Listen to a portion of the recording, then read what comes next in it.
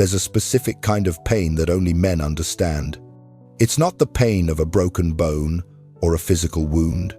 It's the pain of waking up every morning, looking in the mirror, and not recognizing the person staring back.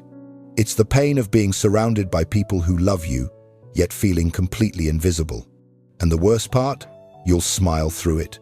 You'll laugh at the jokes. You'll show up to work, kiss your kids goodnight, ask your wife about her day, all while something inside you is screaming.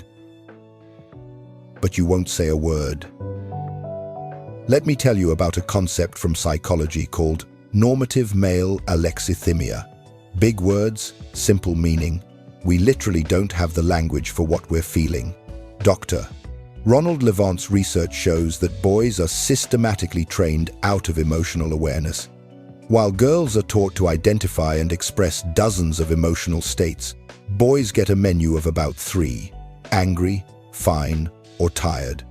So when a man is experiencing what's actually a complex cocktail of shame, grief, inadequacy, and fear, he has no words for it.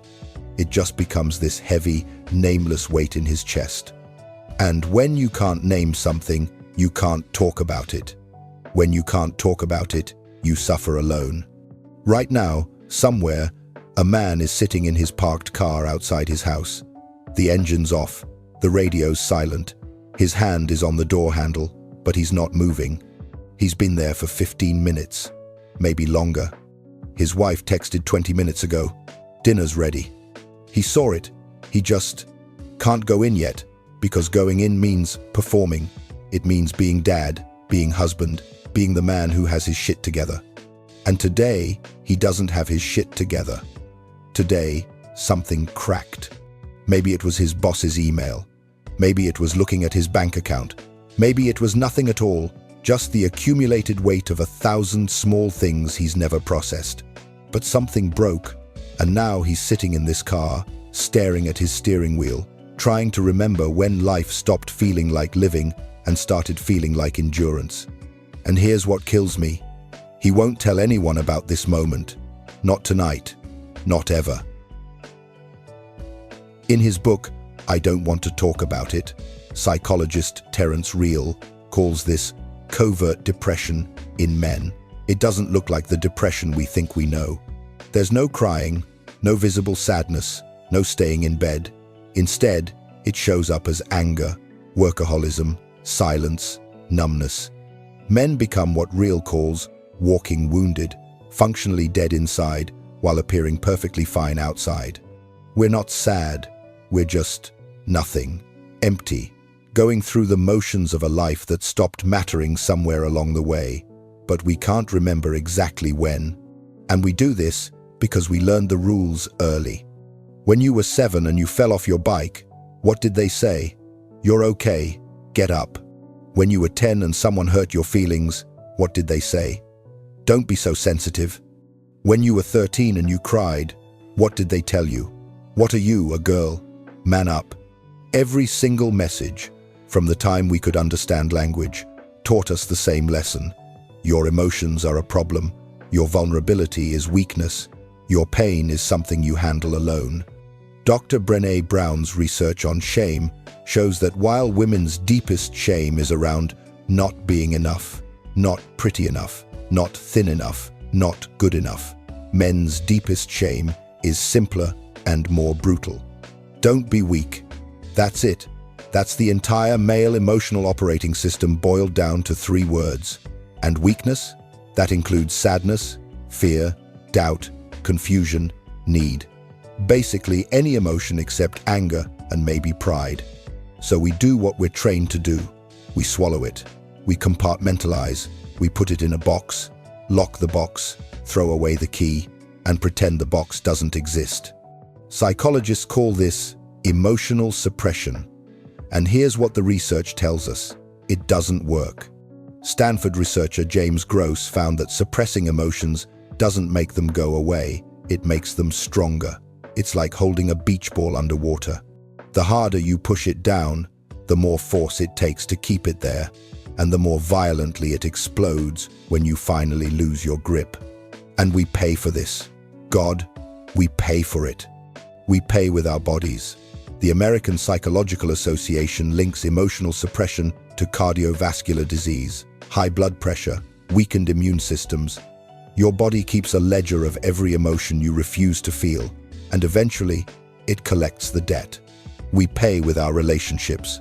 Your wife says, "You never talk to me anymore." She's right. But how do you explain that you don't know how to talk anymore? That you've gotten so good at feeling nothing that you can't find your way back to feeling something? We pay with our sanity.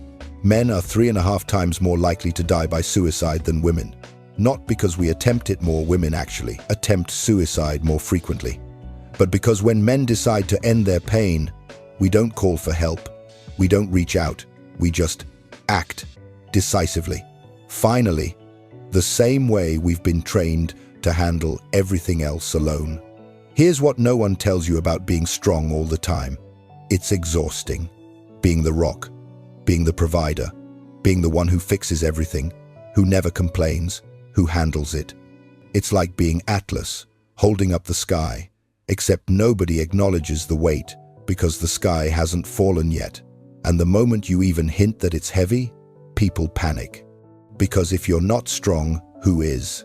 So you keep holding it. Because you think that's what love looks like, what responsibility looks like, what being a man looks like. But here's what it actually looks like. It looks like coming home and having nothing left. It looks like your kid wanting to play and you can't find the energy. It looks like your wife trying to connect and you've got nothing to give because you spent it all just getting through the day. It looks like lying in bed at 2 a.m., staring at the ceiling, feeling this nameless dread in your chest, and thinking, is this it? Is this all there is? And still, saying nothing. Let me tell you what changed for me. What made me realize this silence was killing me. I was watching my son. He's 5. He fell down, scraped his knee, and started crying. And my first instinct, the thing that came out of my mouth automatically was, "You're okay, buddy. Be tough." And he looked at me with these big eyes, tears still on his face, and said, "But it hurts, Daddy." And in that moment, I saw it.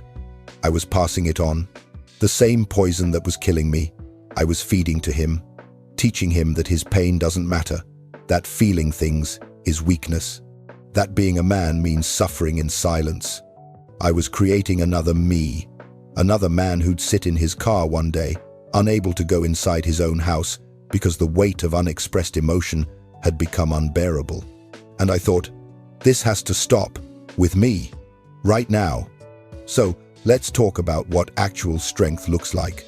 Because I'm tired of this lie. I'm tired of pretending that silence is strength, that endurance is courage, that slowly dying inside while smiling outside is somehow admirable. You know what takes real courage? Telling the truth. Telling your wife, "I'm not okay. I don't know what's wrong, but something is, and I need help figuring it out." That's terrifying. That's vulnerable. That's real. Calling your friend and saying, "Man, I need to talk. Not about sports or work, about real shit, because I'm struggling and I can't keep pretending I'm not." That takes more balls than any stoic silence ever could. Sitting in a therapist's office and admitting that you, the guy who's supposed to have it together, don't have it together, that you're lost, that you're scared, that you need guidance. That is strength. Dr. John Gottman's research on relationships shows that emotional vulnerability is the foundation of intimacy, not shared hobbies, not good sex, not being the provider. Vulnerability. The ability to say, "I'm hurt," or "I'm scared," or "I need you." And here's the beautiful, terrifying truth. The people who really love you are waiting for this. They're waiting for you to be real, to stop performing, to let them see the actual you, not the manufactured version you think they need. Direct address now speaking to one person. If you're watching this and something in you is breaking, good. Not because I want you to hurt, but because that breaking might be the thing that saves you. Every man who's made it through this will tell you the same thing. Rock bottom was the best thing that ever happened to them. Not because it felt good, but because it was the point where the old way stopped working, where silence stopped being an option, where they finally admitted the truth. I can't do this alone anymore. 6 words, that's all it takes.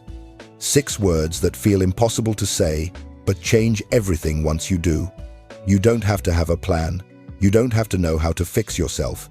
You just have to tell someone the truth. Start small. Today, just today, when someone asks, "How are you doing?" tell them the truth. Not fine, not good, the truth. Honestly, I'm struggling. See what happens. I promise you, the sky won't fall. You won't lose respect. You won't be seen as weak. You'll be seen as human, and you'll be shocked how many other men respond with, "Me too, brother, me too." This thing we're doing, this silent suffering, it's not protecting anyone. Not your family, not your friends, not yourself. It's just killing you, slowly, quietly, unnecessarily. And you deserve better than that. Your wife deserves a husband who's actually present, not just physically there. Your kids deserve a dad who can feel things, not just provide things. And you deserve to actually live your life instead of just enduring it. So here's what I'm asking you to do. Before you close this video, make a decision. Not tomorrow, not when you feel ready. Right now, one person. Tell one person the truth. Send one text. Make one call. Book one appointment. Just break the silence in whatever small way you can. Because hiding your pain isn't strength. It never was. The real strength is in the truth, in the vulnerability, in finally, after all these years, letting yourself be human. You're not alone in this, and you don't have to carry it alone anymore. It's time.